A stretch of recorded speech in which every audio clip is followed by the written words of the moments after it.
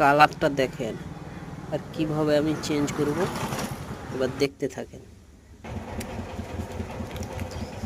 এই পাউডার নিলাম হাতে, পাউডার নিয়ে এবার এটা হালকা সামান্য পরিমাণ জল দিবেন যাতে হাতটা ভিজে আর এটা লেটপিটা টাইপের হয়, তাহলে জিনিসটা মাজতে সুবিধা হবে। আবার যদি কেউ পারেন তাহলে একদিন আগে ভিজিয়ে রাখবেন, তাহলে অত ঘষতে হবে না বা অত কষ্ট।